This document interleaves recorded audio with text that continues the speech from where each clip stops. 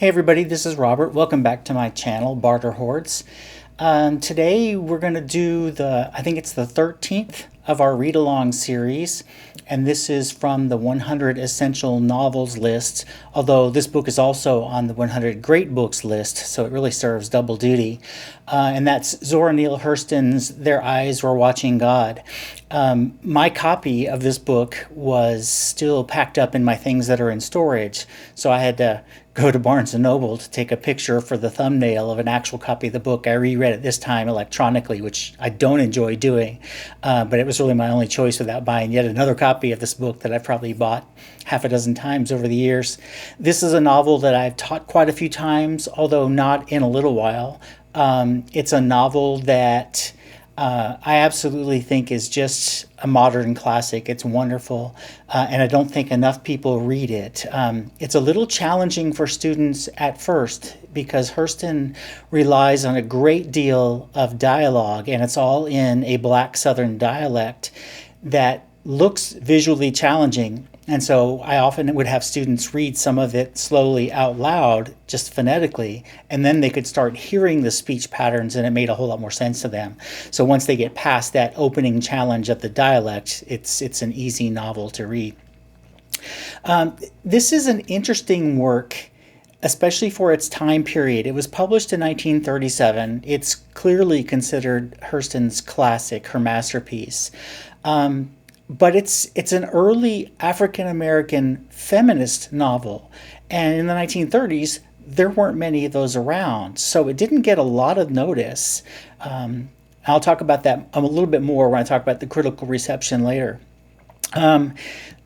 Some of this book is patterned after events that happened in Zora Neale Hurston's life. She was born in Eatonville, the all-black town that's in Florida that the story is set in, at least in part. And for a lot of her life, including at her death, she was penniless. A lot of records disagree on when she was born. Some records say 1891. She always claims she was born in 1901. No one really knows for sure.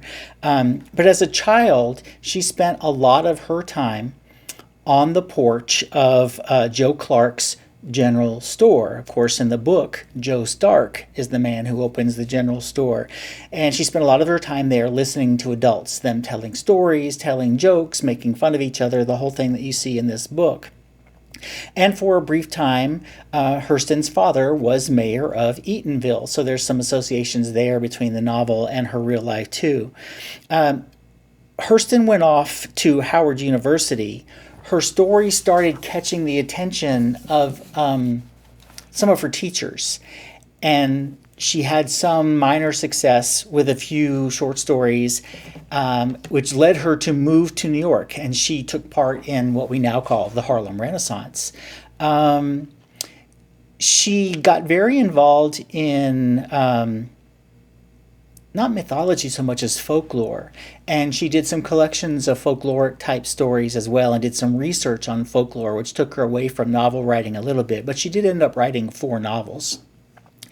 She essentially fell out of notice completely for a while, and it wasn't until the 1970s that she was rediscovered by Alice Walker and some of the other Black feminist writers in that era. And Alice Walker brought her back to everyone's attention, and now she's considered, kind of a standard author of the 1930s to read in high schools and colleges. I think my first read of this novel was probably in college, though, probably not in high school, although now some high schools, including my own AP Lit classes, include this in the syllabus because it's so important to the era. The time of the novel is a little bit vague. It covers from roughly 1876 until roughly 1916, but that's not really all that important. It's covering different periods of Janie's life, and I'll talk about that a little bit more in a few minutes. There are a couple of main ideas in this book that I think are worth pointing out. And the first one is obviously her association or her interest in women's rights, the rights of women. In Hurston's era, especially for Black women, they didn't really have many rights. Feminism wasn't even a word that they would have used. white women had been allowed to vote for a short period of time, and of course black women weren't allowed to vote at that point. The only rights women had in the black community were trying to choose a good husband and making their house comfortable. And so you see Janie Crawford, the main character in this novel, is enormously frustrated when she's only a teenager that her grandmother, Nanny, tells her that she has to marry old Logan Killix, who's an old man at that point. But Nanny insists on her marrying him because he won't abuse her, he won't break her heart because there's not really going to be any love involved, and he won't leave her. He is a pretty well-respected, hard-working farmer, has a decent potato acreage, and he does most of the demanding physical labor himself. And it's only after the bloom of marrying a young 16-year-old bride starts to wear off that he starts to demean her enough where she decides to run away from him. And then, of course, she marries Joe Starks, who kind of sweeps her off her feet and goes to Eatonville and basically builds the town, becomes the mayor. But he quickly changes character, too, from wooing her to controlling her, and he wants her to clerk in the store. He wants her to keep her head covered with these head rags because he doesn't want anybody else looking at her. She's just for him to look at, and he doesn't really want to hear her thoughts on anything. He wants her not to take part in the conversations that happen in the store. So he becomes very controlling to her and completely destroys the image that she had of him when she ran away from Logan Killix to marry Joe Starks. And then finally, her third marriage was to Virgil Woods, who's known by everybody as Teacake. And it's interesting because Teacake was the one husband she chose.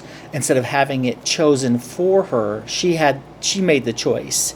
And he's basically pretty good to Janie. He clearly loves her. He wants to take care of her, but he's not above mistreating her in some societally expected ways. He slaps her around one time and makes sure everybody knows it, just to show the community that he's the boss at home. And Janie understands it and forgives him for it almost immediately, but it's the only time he really does. He doesn't beat her like other husbands have done in that community. So Nanny chooses Logan Killix. Jody chooses Janie when she leaves Logan Killix, but she chooses Teacake, and that relationship seems to be the one where she's finally fulfilled to some degree. And of course, it ends tragically and way too quick. So the idea of the rights of women is her political issue in this book, and her book was kind of looked down upon because it wasn't adopting the other political books that writers in the Harlem Renaissance were interested in. She wasn't interested in voting rights. She wasn't interested in those segregation, those kinds of issues. Another issue or idea that comes up 3 times in this book is the idea of death, of course. There are 3 deaths that Janie has to cope with throughout this book, and from each of these deaths, she matures a little bit. The first one, of course, is her grandmother, Nanny. She's raised by her grandmother. She doesn't know her parents at all. She's never even met her father. She's barely seen her mother. Her mother apparently had lots of troubles with men, and so Janie was raised by her grandmother. And she confesses to her grandmother that she doesn't think she can ever love Logan Killix, and her grandmother says that's not why she should marry him. Her grandmother wants Janie to marry Logan to protect her. She sees Janie when she's 16 kissing a shiftless boy, Johnny Taylor, I think is his name, and she realizes she's becoming a woman. She's in danger now if I don't get her safe and protected. And her way of doing that is by marrying her off to Logan Killix. And then shortly thereafter, Nanny dies, and Janie realizes that Nanny's not going to be able to save her or protect her anymore. She's on her own. The second death is Joe Starks. They find out, much too late, that he's probably dying of a form of cancer. That had it been detected, they might have been able to do something for him, but who knows? But it's detected way too late. But as he gets older and starts to get sick, he starts to become more and more hateful to her, and she starts to resent him even more. So when he dies, even though he's the mayor, she does put on a funeral for him, which is expected by the community, but it's just a show. She has no heartfelt sympathy now that he's gone. She's actually relieved that he's gone. In fact, the first thing she does when he dies is she jerks off the head rag, and she immediately burns all the head rags that Joe used to make her wear to keep anybody else from looking at her beauty. And the third death, of course, is when Teacake dies. And this is a tragedy in the book. He's trying to save Janie. They were caught in a hurricane down by Lake Okeechobee. And it was flooding, and Janie was being threatened by a menacing dog. Joe goes in to distract the dog, and he fights with the dog, stabs it with his knife. But in the process, the dog bites Joe on the cheek, and it turns out the dog was rabid. And so 3 or 4 weeks later, I said Joe, it's Teacake. Teacake gets very sick and starts displaying the signs of rabies, but of course it's too late to treat him at that point. And so Janie's trying to make him comfortable, realizing that there's not anything really they can do for him, but he starts to become violent as he loses his mind, and he threatens Janie with the pistol. She was just foresighted enough to take 3 of the rounds, or at least change the way the rounds were in the pistol so she would have some notice, because the first 3 times he pulled the trigger, it was going to be on blank cylinders, and she had the rifle stashed away. So when he clicks that pistol at her the 3rd time, she realizes he's going to kill her because he's crazy. She has to shoot him in self-defense, and she does, and she kills him. So it's really a heartbreaking, tragic scene. It reminded me a little bit of Mice and Men, the final scene in that book, where one of the friends, George and Lenny, one of them has to shoot the other to protect him from being lynched by the mob, as a way of a mercy killing. And that's the way Janie sees this killing of Teacake. It's a mercy killing, even though it breaks her heart to do it. And then the third of the big ideas that I wanted to bring up was the idea of work.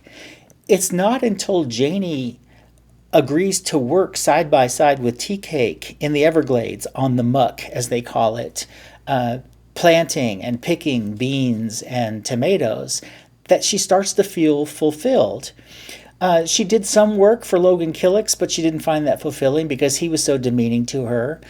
She hated working in the store because Joe used it as a way of keeping her down, knowing that she wasn't good with numbers, and she would struggle and make mistakes in the store and allow him to be all puffed up and be the big man. And so it wasn't until she works side by side voluntarily with Teacake on the muck that she starts to discover her own happiness. And that's the happiest she's ever been, is when she's with Teacake, even though they're struggling financially. They go through this hurricane together and survive the hurricane, except for the dog biting Teacake. And so the idea of work being part of her happiness was a really interesting part of this story too. In these read-alongs, I haven't spent a lot of time talking about symbolism because I think it can be overdone. But in this book, the symbolism is pretty apparent in a couple of places, and I think it's kind of important to mention. The first one of these is Janie's head rags. They're seen as a shackle to her, as much as the shackles were to a slave coming across the ocean on a slave ship. And Joe is a good provider for his wife, but he's also a very demanding and controlling husband, and he refuses Janie the opportunity to be pretty. He makes her cover it, and it's a sign of his control over her. So the first thing she does when Joe dies is to rip those head coverings off and burn them all. Another image that becomes symbolic really early in the book, back when Janie was 16, is this blossoming pear tree. It's such a sexually charged passage as Nanny is looking out and realizing that Janie has become a woman, and Janie's out in the garden communing with nature, basically, and seeing nature and starting to feel the wave of herself becoming a woman without having the words to articulate that feeling. There's a scene in there, because it's a mystery to Janie, and there's a scene in there that Hurston says The snowy virginity of bloom stirred Janey tremendously. The rose of the world, Hurston goes on to say, was breathing out smell. It followed her through all her waking moments and caressed her in her sleep.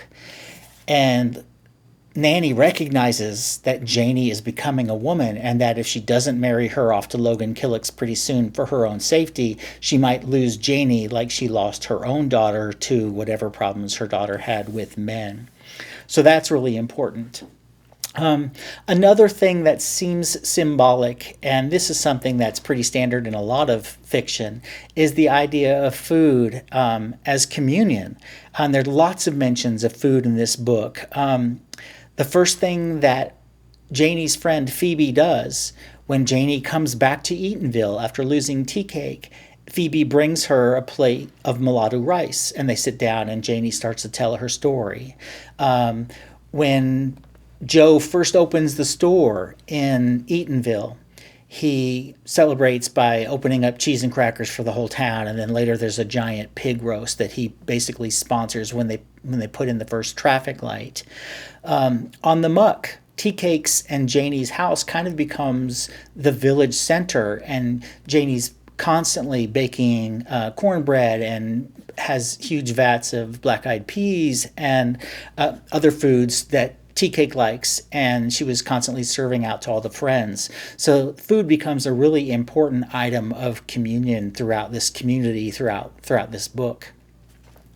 I don't want to say too much about the style and structure. I mentioned the main thing that you need to be aware of if you haven't read this and you're about to give it a go, and that's that so much of it is in dialect, and it's going to take you a little while to understand it because it's written out phonetically. But once you get there, it's pretty easy.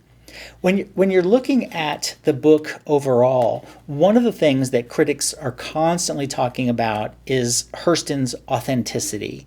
Because she grew up in a community of Eatonville, and like the one that she's writing about, it rings very true to people reading this book. All the different details are spot on. The language is spot on. The way the townspeople talk to each other is spot on. She spent a lot of her time as a little girl on the porch of the general store listening to the adults, how they exaggerate, how they tell jokes. And then later, as an adult, Zora Neale Hurston returns to Eatonville to interview a lot of the older men there and transcribe their stories in her folklore studies.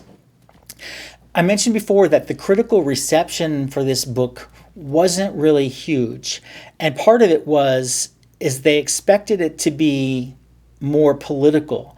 At the time, readers were reading Gone with the Wind and Faulkner's Absalom, and most of the black readers of her book were frustrated because while Janey is a valiant character, they're not any really good role models of men in this book. All the three men in her life leave a lot to be desired. Even Teacake, who really does love her, he still steals her money and goes and fritters it away and wins it back gambling. And he does smack her around that one time to show the community who's boss. So he's not an angel, but he genuinely loves her. She's not writing about segregation. She's not writing about voting rights. She's not writing about the horrors of lynching. And so she was ignored a little bit in favor of some other African-American writers at the time. The building of the town, Eatonville, is kind of an interesting story, but after that's done, it goes right back to being a story about Janey's lack of happiness and what Janey needs from her own life. The story is told in a big frame. Chapter 1, we see Janey walking back into Eatonville in her overalls with her hair down, looking kind of bedraggled, and the porch sitters, the porch talkers as they're called, are saying, well, when she walked out of here however many months ago, it was with her blue dress on and looking all high and mighty, and look at her now. And they assume, of course, that Teacake has taken all of her money that she got from her inheritance when Jody died and has run off with somebody else and stole all her money, and so they're talking about her. The rest of the novel is her telling Phoebe what actually has happened basically recounting her life since she was 16 up into the point where she had to shoot Teacake, and then she came back. And she tells Phoebe, he didn't steal my money. I still have all my money in the bank, and these people don't know what they're really talking about. But, you know, they have shallow little lives. That's all they have to do. Just ignore them. Doesn't matter what they think of me. So she has really matured while she's been gone.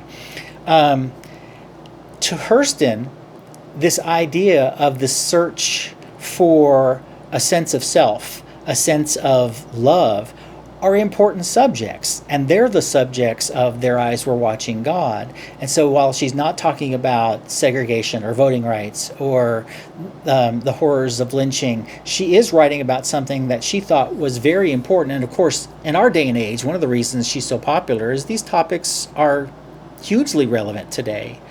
It took Alice Walker in 1973 to step in and to kind of champion and reintroduce her work to the world. And since then, she's been held up as a modern master. Even though she never made any money, any real money, it didn't make her rich, Hurston was fierce about writing the kinds of things that she felt were important and that she was interested in. She had a vision and she followed it. Damn the consequences. And becoming famous never really mattered to her that much. Today, there's even, in Florida, apparently there's a festival in Eatonville every year. It's called the Zora Neale Hurston Street Festival of the Arts and Humanities. And they have guest speakers, they have art shows and presentations, and it's staged readings of her works and so on. I didn't realize there was a festival like this when I was still living in Florida. I would have looked it up. But in the years since Alice Walker has reintroduced Hurston and her writings to us, we have realized what a treasure this book especially really is. So if you haven't read this one and you're interested, even though I've told you some things that are going to happen that might spoil the drama, it's not really that much of a spoiler, you should definitely give this one a go. It's such a beautiful novel. I love rereading it after being away from it for a few years. As I mentioned in my previous video, I was scheduled to teach this book in the spring semester, but I retired in December and didn't teach the spring semester, and I haven't talked to the students in enough detail to find out if they really did read this one or not. I hope they did, because it's such an important book. Whether they wrote about it on their AP exam or not, I don't really care. I just wanted them to be exposed to it. Okay, where do we go from here? I had to reboot the camera because I had talked so long I ran out of the allotted time. I'm currently reading Hard Times by Charles Dickens, which is from the 100 Great Books reading list. So that's the next read-along. Probably a little over a third of the way through it, and I'm absolutely loving it. It's been forever since I've read it. It's been even longer since I've taught it. And then the 20th Century Backlist title that's coming up next is Anne Tyler's Celestial Navigation, one of her novels that I have not read before. I don't know anything about it. I've read 3 or 4 of hers, and I've enjoyed all of them, so I'm looking forward to getting to pick up a new one. And then whenever I get off the long reserve list for her newest one, A Clock Dance, I'll be reading that in a buddy read with Jacqueline of 6 Minutes for Me. And then the nonfiction selection that's next is called New England Bound by Wendy Warren. It's slavery and colonization in early America. Okay, and so that brings us back to the 100 Essential Novels list for next time. And it's going to be one that I've known about forever, have heard a lot about, but have never read myself. So I'm really looking forward to that. And it's Robert Penn Warren's political novel, All the King's Men.